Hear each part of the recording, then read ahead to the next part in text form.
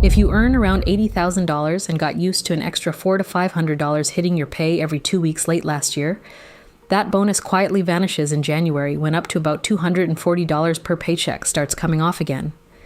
Your gross salary didn't move a cent, so what happened? I read the fine print so you don't have to. Stick with me because the reason is a counter that resets to zero and almost nobody explains it. Here's the one-sentence version. CPP and EI are only charged up to a yearly limit, and once you hit that limit, the deductions stop for the rest of the year. But that clock resets on January 1st, so the deductions restart from zero, according to CRA payroll rules. That single reset is why your take-home pay swings twice a year, even when nothing about your job changes. For 2026, Fingam's figures show the maximum employee CPP contribution is about $4,230, and the maximum EI premium is $1,123. Once you've paid those in full, they simply stop coming off your check, which is why higher earners feel a jump in take-home pay in the fall. Think of it like a parking meter with a daily cap. After you've hit the cap, parking feels free for the rest of the day. That free feeling is exactly what disappears in January. On your first Paycheque of the new year, CPP and EI restart at the full rate, CPP at 5.95% and EI at 1.63%, according to CRA and UBC Finance.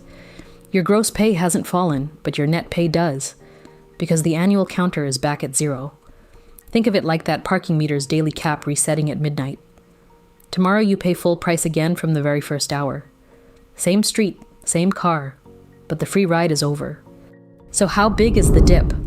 A higher income worker who saw zero CPP and EI on a November check can watch net pay fall by roughly $200 to $260 per paycheck in January, drawing on Fingam's and Money Coaches Canada figures. And here's the twist most people miss. The more you earn, the earlier in the year you max out, so the bigger and more dramatic that January reset feels. Think of it like a subscription you forgot auto-renews every January that worked. The charge was always coming, you just stopped noticing it. Now here's something that reframes the whole thing. Your employer matches your CPP dollar for dollar, according to Fingam's. So for every $4,230 taken off your check, your employer quietly adds another $4,230 on your behalf toward your future pension. Think of it like a matching gift at a fundraiser. Every dollar you put in is doubled behind the scenes, even though you only ever feel your own half leaving your paycheck. There's now a second, quieter layer for mid and higher earners called CPP2. Since January 1st of 2024, CRA has required employers to deduct these second additional contributions on earnings above the base maximum. And for 2026, that band runs from about $74,600 up to $85,000.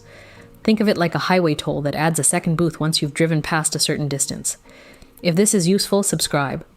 The next breakdown is already coming. Before I get to the most counterintuitive piece of this, here's the extra layer's cost. Fingam's estimates that if you earn between $75,000 and $85,000, CPP2 adds up to about $416 a year compared to before it existed. And crucially, that CPP2 amount also resets from zero every January, stacking on top of base CPP and EI, which is why the early year squeeze feels so sharp when all three restart at once. Here's the buried detail the brochure never spells out. For an $80,000 earner, restarting base CPP, CPP2, and EI in 2026 can total around $5,500 to $5,600 across the year, per combined Fingam's, CRA, and UBC figures.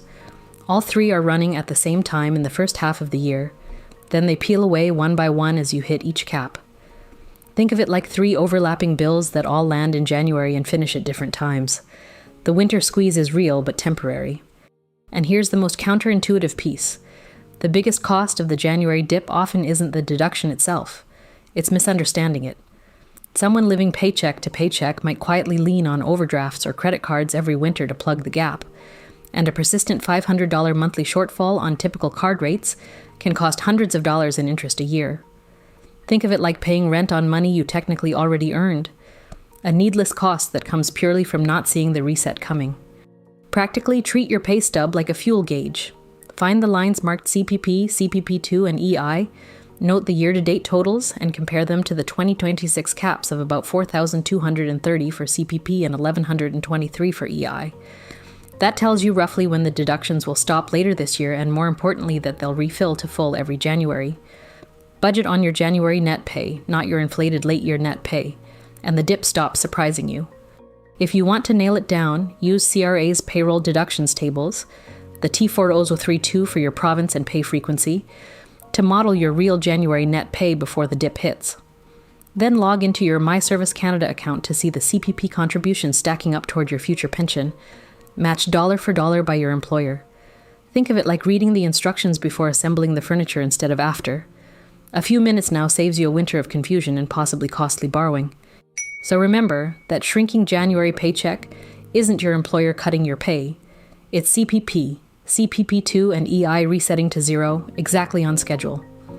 Next, I'm breaking down how CPP2 actually changes your retirement pension and whether the extra contributions are worth it. If you want to catch that, subscribe so you don't miss it.